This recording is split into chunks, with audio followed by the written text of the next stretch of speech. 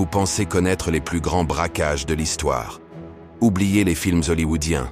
L'arnaque la plus spectaculaire du XXIe siècle s'est déroulée sans violence, sans armes, sans même franchir une porte, juste avec des ordinateurs, des formulaires administratifs et un génie criminel qui a fait s'évaporer 6 milliards d'euros des caisses françaises.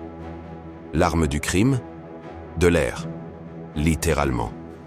Aujourd'hui, je vous raconte comment des escrocs en costume cravate ont orchestré le plus gigantesque détournement fiscal de l'histoire moderne. Bienvenue sur Enquête profonde, où nous décortiquons les affaires qui ont secoué notre époque.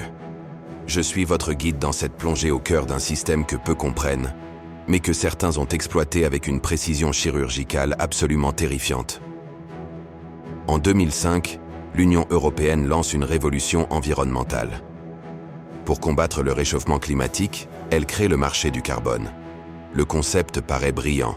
Les entreprises polluantes doivent acheter des quotas d'émissions de CO2. Plus vous polluez, plus vous payez. Ces quotas deviennent négociables, créant un véritable marché financier vert d'une valeur colossale. Problème. Dans leur empressement écologique, les autorités européennes ont créé une faille béante. Ces quotas, bien qu'immatériels, sont soumis à la TVA dans certains pays. Et quand il y a TVA, il y a toujours quelqu'un pour trouver le moyen de la détourner. Voici comment fonctionne cette arnaque d'une simplicité diabolique, baptisée fraude carrousel. Une société achète des quotas carbone dans un pays sans TVA, disons l'Allemagne. Elle les revend immédiatement en France avec TVA de 19,6% à l'époque. Elle encaisse la TVA facturée au client. Au lieu de reverser cette TVA à l'État français, elle disparaît purement et simplement. Une nouvelle société écran reprend le processus à l'infini. En quelques clics, des millions d'euros de TVA s'évaporent. L'État français, lui, rembourse automatiquement la TVA aux acheteurs légitimes. Résultat, double perte monumentale pour les finances publiques. Entre novembre 2008 et juin 2009, cette fraude explose littéralement. Paris devient l'épicentre d'une tornade financière sans précédent. Des centaines de sociétés écrans naissent et meurent en quelques semaines. Les volumes échangés atteignent des sommets vertigineux. Certaines entreprises fantômes brassent plus d'argent en un mois que de grands groupes industriels en une année entière. Le butin? 6 milliards d'euros pour la France seule. À l'échelle européenne, les dégâts oscillent entre 5 et 6 milliards d'euros volatilisés. En moins de 8 mois, cette fraude devient le plus gros détournement fiscal de l'histoire française contemporaine. Derrière cette arnaque industrielle, des personnages hauts en couleur orchestrent le ballet criminel.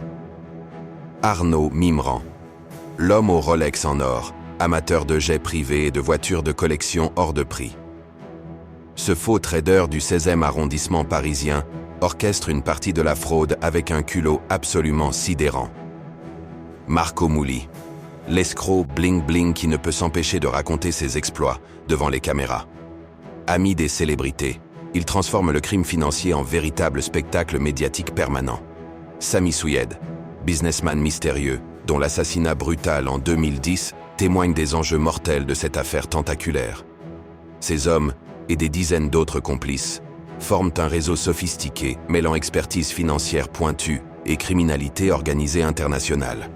En 2009, l'administration fiscale française réalise enfin l'ampleur du désastre financier. Les enquêteurs découvrent un système si bien huilé qu'il défie l'entendement humain. Perquisitions massives, arrestations spectaculaires, saisies records. La machine judiciaire se met en branle avec une urgence jamais vue. Mais les principaux suspects ont déjà pris la fuite, souvent vers des paradis fiscaux complaisants et protecteurs. Certains escrocs se terrent à Dubaï, d'autres à Tel Aviv, protégés par des législations locales peu coopératives avec la justice française. La traque internationale commence, semée d'embûches diplomatiques et juridiques complexes. En 2016, le procès retentissant de l'affaire éclate enfin au grand jour. Le tribunal correctionnel de Paris découvre l'ampleur sidérante de la sophistication criminelle déployée. Arnaud Mimran et Marco Mouli écopent de 8 ans de prison ferme chacun. D'autres complices sont condamnés à des peines sévères, allant jusqu'à 10 ans d'emprisonnement. Des centaines de millions d'euros sont saisis par la justice, mais une grande partie du butin reste introuvable, probablement dissimulé dans des comptes offshore inaccessibles ou investis dans des actifs difficiles à tracer internationalement. Face à cette hémorragie financière catastrophique, l'Union européenne réagit en urgence absolue. Dès juin 2009, elle supprime définitivement la TVA sur les quotas carbone, cassant net le mécanisme frauduleux mis en place. Cette décision, bien que tardive, sauve probablement des milliards d'euros supplémentaires. Mais les leçons de cette fraude dépassent largement la simple réforme fiscale ponctuelle.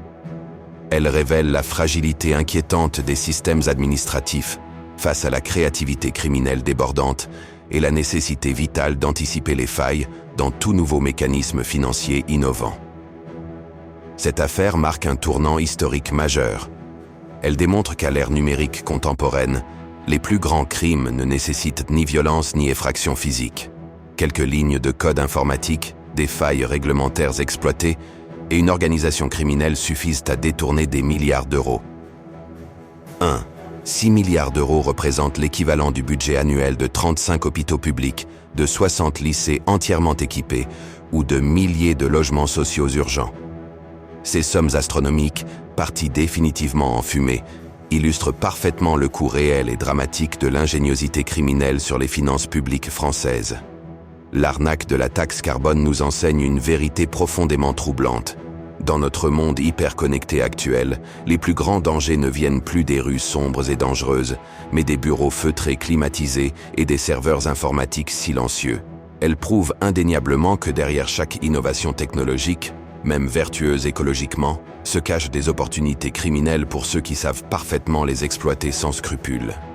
Cette histoire nous rappelle également que la lutte acharnée contre la criminalité financière moderne nécessite une vigilance constante et une capacité d'adaptation permanente des autorités compétentes. Voilà précisément comment de simples quotas de CO2 virtuels ont permis le casse du siècle français. Une leçon d'humilité brutale pour nos systèmes, un rappel constant que l'innovation doit toujours s'accompagner de prudence maximale. Merci d'avoir suivi cette enquête approfondie. Si cette histoire incroyable vous a captivé, likez, commentez massivement et abonnez-vous immédiatement. Dites-nous absolument, connaissiez-vous cette affaire? Rendez-vous très bientôt pour une nouvelle plongée fascinante dans les secrets les mieux gardés de notre époque.